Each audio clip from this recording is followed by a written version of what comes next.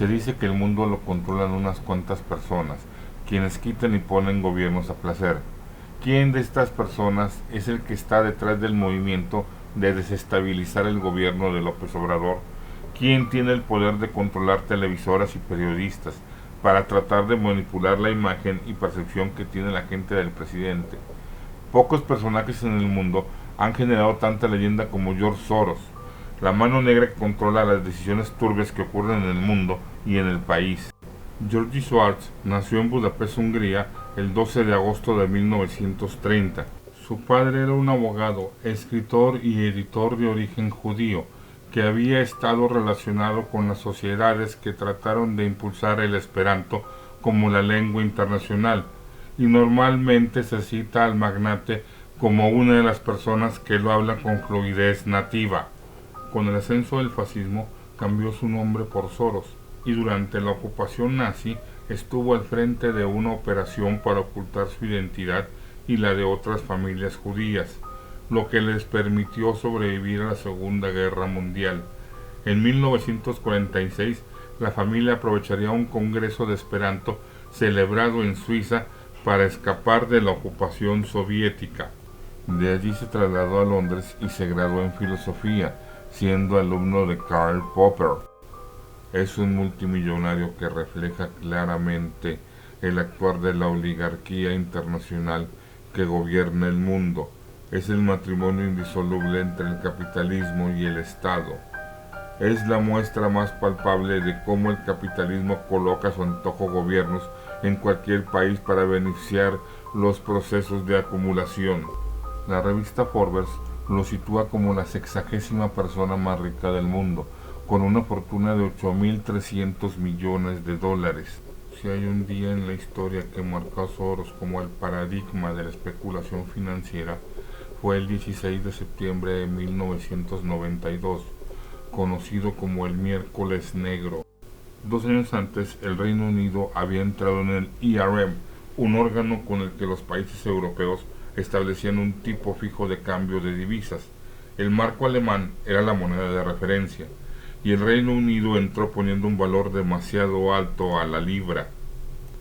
Soros, que ya era rico, pero no tan rico como ahora, detectó el error y desde su fondo de riesgo, Quantum Fund, comenzó a reunir dinero para lanzar una apuesta contra Inglaterra, una apuesta de 10.000 millones de dólares. A finales de agosto, Bundesbank empezó a insinuar una reordenación del ERM que podría suponer una devaluación de la libra. Soros se lanzó a la yugular. Cuando los mercados abrieron ese día, miles de millones de libras esterlinas comenzaban a venderse y ni su compra por parte del Banco de Inglaterra evitó el hundimiento y tuvo que retirar la libra del ERM. Aquello costó al Reino Unido 3.300 millones de libras. En menos de 24 horas, Quantum Fund ganó 700 millones y Soros se embolsó personalmente más de 1.000. Sabiendo lo que ocurrió ese día, se puede entender todo lo que se ha dicho de él y todas las villanías que se le atribuyen con o sin razón. En 1993, apenas unos meses después de haberse llenado los bolsillos de dinero, rompiendo la espalda del Banco de Inglaterra, fundó la red Open Society Foundations, cuyo nombre es una referencia a la Sociedad Abierta de Karl Popper. Se trata de la segunda organización filantrópica del mundo tras la Fundación Bill y Melinda Gates, llegando a invertir casi 1.000 millones de dólares de forma anual. En 2004 hizo grandes donaciones a la candidatura demócrata de John Kerry para que derrotase a Bush, a pesar de haberlo apoyado en el 2000, a quien había criticado por sus políticas antiterroristas por considerarlas paranoicas. Apoyó a Obama y desde entonces se considera, desde ciertos sectores conservadores, que Soros apunta y el expresidente disparaba. Se ha acusado a Soros de estar detrás de todos los movimientos subversivos de los últimos años, desde Occupy Wall Street hasta Black Lives Matter. Cabría esperar que, en cualquier caso, Soros fuera un fanático defensor de un sistema y de una forma de concebir la economía que tanto beneficio le ha proporcionado en las últimas décadas. Sin embargo, En realidad Soros se declara adversario del pensamiento económico convencional y de la desregularización financiera desmedida. Pero sobre todo, Soros realza el valor explicativo de la teoría económica marxista, ni más ni menos. El hombre que quebró el Banco de Inglaterra, enemigo de Trump y Putin, tiene entre ceja y ceja a unos valores europeos que se basan en la tradición judeocristiana, el derecho romano y la filosofía griega. Y es que estos valores se han convertido en un dique de contención a la liberación mundial provocada por GAFA y por la mal llamada economía colaborativa. El exministro italiano Matteo Salvini cree que las plataformas de Soros defienden la inmigración ilegal porque quiere convertir a Europa en un enorme campo de refugiados. El escritor Pierre-Antoine Plaquenbeet afirma que el proyecto de Soros es una forma de gestionar la humanidad mediante personalidades no elegidas. El portal DCLeaks publicó toneladas de datos que evidenciaban que detrás de la supuesta filantropía de la Fundación Soros se encontraban dos objetivos: diseñar una atmósfera geopolítica favorable a los Estados Unidos e influir en procesos políticos a lo largo y ancho del mundo. Soros busca medrar mediante unas campañas que desprenden un humanitarismo que esconde la ingeniería social que podría destrozar el estado del bienestar europeo. Detrás de un colapso financiero está este hombre, a quien el geopolítico mexicano Alfredo Jalife considera como el instrumento de la CIA que mueve los mercados financieros. Esto significa para el también catedrático de la UNAM que es el principal responsable de la desestabilización de monedas que se encubre tras su fundación Open Society, organismo filantrópico con la que apoya financieramente, cuyo objetivo es promover la justicia, la educación, la salud pública y los medios independientes. Es un multimillonario que ha sumado más de 30,000 millones de dólares desestabilizando las economías de numerosos países. Se le adjudican muchos procesos inflacionarios que recorrieron al mundo desde los años 90, como el efecto tequila en México en 1994, el efecto vodka en 1998 y el efecto tango en 2001. Se dice que Hungría, país de donde es originario Soros, lo expulsó por ser causante de una serie de males ocasionados por su tendencia a la especulación financiera. Soros argumentó a su vez que más bien se retiraba de Hungría debido a la política represiva de Orbán. Actualmente la sede de Open Society se encuentra ahora en Berlín. Tailandia, Indonesia y Malasia también lo expulsaron. En 1997, el primer ministro de Malasia, Mahathir Mohamad, lo criticó como un criminal, pirata y manipulador de divisas y mercados de valores. Estas denuncias también han sido hechas de forma histórica en América Latina por el gobierno cubano, venezolano y boliviano, y durante la administración de Rafael Correa en Ecuador. Bajo la careta de organizaciones de la sociedad civil como la Open Society Foundations, Soros realiza prácticas injerencistas en diferentes países. Ha financiado campañas de desestabilización con el pretexto discursivo de fomentar la democracia desde el sentido en que él la entiende. Enmarcada en el neoliberalismo más pervertido, no le interesan las libertades humanas, le interesan las libertades de un mercado en condiciones benéficas para incrementar su riqueza personal. Se ha relacionado a Soros con los altos círculos financieros internacionales, a los que ha ayudado sin prejuicio de crear devaluaciones, especulaciones financistas o quebrantos económicos. Soros es ese capitalista envalentonado, arrojado y valiente para actuar bajo la sombra de la impunidad que su riqueza le cobija, y bajo el principio ocurrente de un capitalismo especulativo.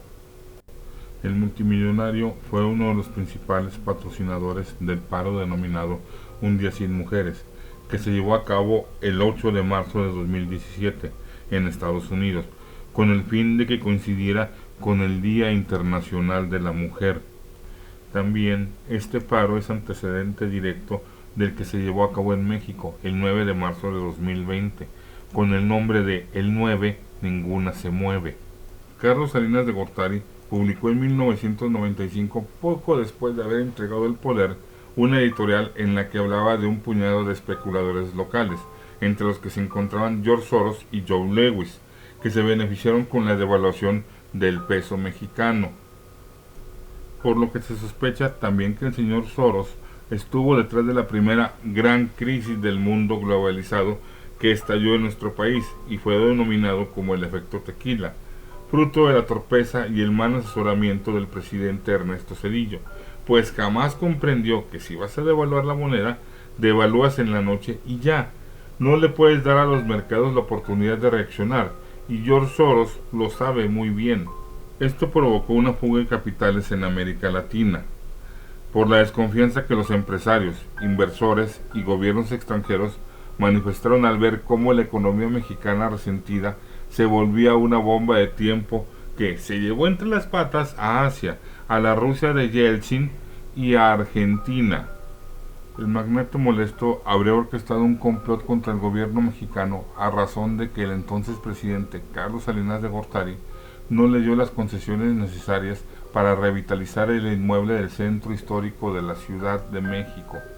En nuestro país posee una serie de complejos habitacionales, oficinas, hoteles, departamentos y otras inversiones que superan los 1.300 millones de dólares. Los medios de comunicación más importantes de México están controlados por su agenda, cosa que se puede percibir a simple vista en las intervenciones de sus comunicadores, al hablar de la crisis migratoria, del movimiento LGBT o los derechos de las minorías, con las que se acosa a los políticos e influencers mexicanos. Con un discurso humanista maneja a las asociaciones ciudadanas y a las organizaciones de derechos humanos para darle pelea al gobierno federal, vendiendo así la imagen al mundo exterior que nuestra nación se vive en un estado fallido. El especulador disfrazado de filántropo gobierna México desde el 2000, cuando Vicente Fox, que curiosamente hoy lidera la lucha por la legalización de la marihuana, quien fue creación de George Soros, asumió la presidencia de la República, y Jorge Castañeda se hizo cargo de Relaciones Exteriores. Fox impulsó la ideología de género y la legalización de las drogas. Castañeda, además, propuso a Estados Unidos aceptar la migración masiva, a la que llamó enchinada completa. Esta dupla ideó el Plan Puebla-Panamá para financiar el desarrollo de América Central a costa de frenar el desarrollo de México. Durante el gobierno de Fox, Soros logró el control de los medios de comunicación en México, a partir de la sociedad de Televisa y de Univisión. Felipe Calderón, al que la derecha mexicana eleva a los cielos como el mejor presidente de la historia, también venía de parte de los Rothschild. Su misión fue crear la imagen de Estado fallido en México, por los conflictos entre el ejército y los cárteles. De esta manera se justifica la posterior campaña liberal para legalizar las drogas. Tras las elecciones del 1 de julio, en las que Andrés Manuel López Obrador resultó ganador, el nombre de George Soros resurgió en México, esta vez detrás de Marcelo Ebrard, quien en su momento fue señalado por Alfredo Jalife como agente del equipo del financista, pero de esto no hay pruebas. Para Jalife, Soros es una persona que ya tiene sus redes bien establecidas en México. De hecho, es prácticamente la voz solitaria que asegura que los verdaderos dueños de México son la familia Rothschild y George Soros, los cuales ahora buscan filtrarse al nuevo gobierno. El internacionalista Carlos Alberto Jiménez Vandala, catedrático de la Universidad La Salle, expone a Soros, sobre todo la labor realizada por su fundación Open Society, como un caballo de Troya, con el que busca beneficiarse de sus campañas de desestabilización, a través de una política de doble cara, encubierta en el combate a la corrupción, las libertades individuales y la promoción de los derechos humanos, aspectos en los que podría mantener un acercamiento con el nuevo gobierno. Soros no pierde oportunidad de incrementar sus ganancias en la fundación a pesar de los problemas financieros internacionales que cause ante ello. ¿Qué importancia tendría para México que pudiera relacionarse con el gobierno de López Obrador? Se especula que Soros ha mantenido acercamientos a través de Marcelo Ebrard. No hay hasta el momento alguna evidencia tangible de un acercamiento de Soros con Andrés Manuel a través de Ebrard. Lo que sí ha habido es una gran especulación, como ya lo hemos dicho. Es cierto, no obstante, que Soros ha buscado acercamientos con nuevos gobiernos, por lo que no es descartable que sea él quien esté buscando un acercamiento.